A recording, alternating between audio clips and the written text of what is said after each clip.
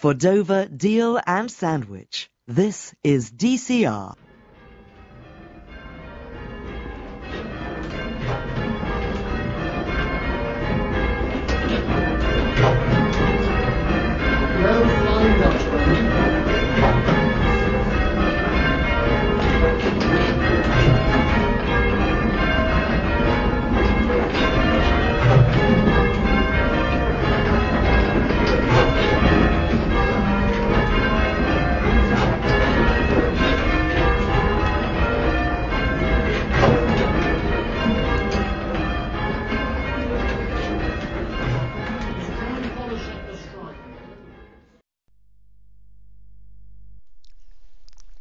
November the 11th 2010 saw remembrance services take place throughout Dover district. It was also 90 years since the body of the unknown warrior was brought ashore in Dover. To commemorate this, the bell ringers at St Mary's Church in Dover Town Centre undertook a peal. Simon Partridge spoke to Peter Dale to find out more about bell ringing and what happened when the peal took place.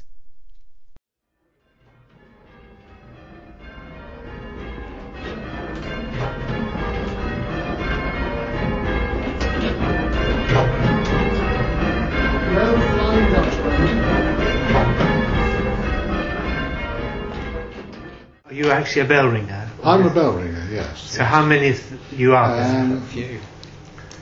In Dover, presumably. Well, I mean, in St Mary's, I would have thought. St Mary's, in theory, it is about 18 or 19. Are they all very skilled, are they? Or is it some small group of them? Well, we do, we've all got a basic skill, yes. But I mean, some of them, for various reasons, can only manage to come part-time. How long does it take before they're allowed to ring on their own? That really depends on the person and the frequency of the nature of their skill. But the way in which we teach here, I would want them ringing on their own within 2 weeks, handling a bell and being reasonably safe. When I say within 2 weeks, I'm talking about when they don't need one-to-one tuition, close supervision. So how long before they're actually accredited? That again depends on the individual. So a month or a year, maybe? I would say normally. 2 years? I would say they really could do with a couple of years. Do they tend to stay on once they've started? Is it very much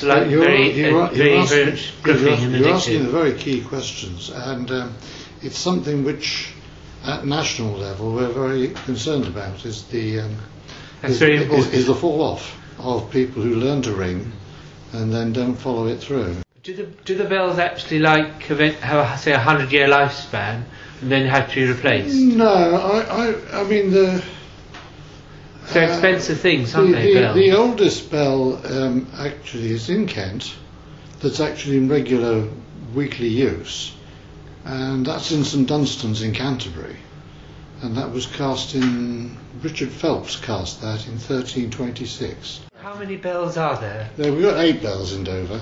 Is that why the pub's called 8 Bells? Absolutely, yes. Not the reason why this pub is called the 8 Bells. But why because there was a pub on the same site many years ago called the 8 Bells, which would have been named after this pub. And that pub is taking its name from the previous pub, so indirectly. Wow, indirectly. There's method in the madness. Yes, I mean originally I think there was a cinema there or a garage or something there. How many different sorts of bells are there? Are they all, presumably they're all the same because you want different tones, don't you? Well, yeah, I mean they're all the same, basically the same kind, the same bell shape, isn't it? Because that's the shape that's evolved over the centuries to give you that sort of sound. Well, funnily enough, sorry to cut in here. Funnily enough, the Charlton Church has got. I think it's got actually a tubular bell. It just. I think from when I hear it sounds just like striking an iron bar, a metal bar. I honestly wouldn't know, because there are some bells that do sound like that. And also Tibetan bells. They're also very different, aren't they? They tend to sound like a bit like a flower pot. Yes, but the Tibetans are really into bells, aren't they? I don't know. They're prayer bells, aren't they? Which we don't really have so much. I mean, here. there's bells of all sorts of natures. So, so what do you call? You call it a peal of bells, don't you? Is it one set? Well, the word peal is actually used in two senses, because we use the word peal to sort of describe a collection of bells. So you say, yes, a peal of bells, or we usually call it a ring of bells. And up north, particularly, they used to keep pubs with the name of ringer bells. Uh-huh. In fact, where I learned to ring. That's very bell-like, isn't it? The ringer bells, and bell ringers tend to call them a ring, as opposed to a peal. Because of course it's very Christmassy, isn't it? Yes. And then the other sense of the word peal is the sort of performance we did on Wednesday afternoon, which consists of a particular length of ringing of 5,000 changes or more. How can you manage that? Is that what time space is that in? Well, roughly about 30 changes a minute, so we're talking about 3 hours. Yeah, wow. That must be really tiring, mustn't it? Exhilarating. Yes, it is in a way. I mean, it's comparable, I suppose, to say driving a car for a 3-hour journey. You know, I mean, it's that sort of level of concentration, really. There's no feeling that you can get it wrong, is there? Oh yes. Oh yes. Oh yes. Does it happen if one is just slightly out, the rest of them follow? I mean, when it goes, it tends to sort of collapse like a heap of cards, you know. Oh wow. And it takes. I mean, it doesn't often happen, but the conductor has got to put the instructions in exactly the right place, and they mustn't miss any.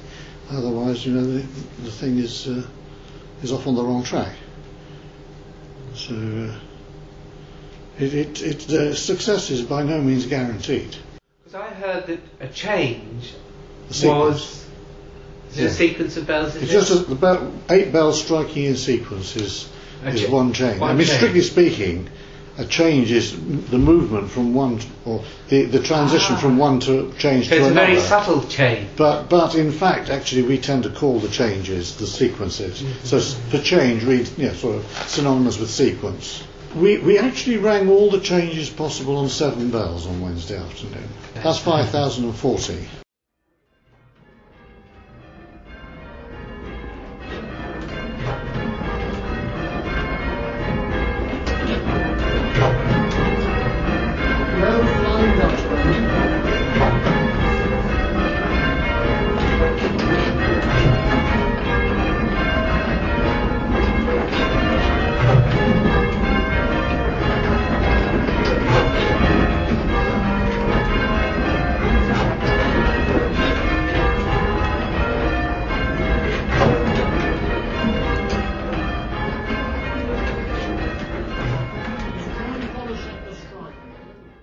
For Dover, Deal and Sandwich, this is DCR.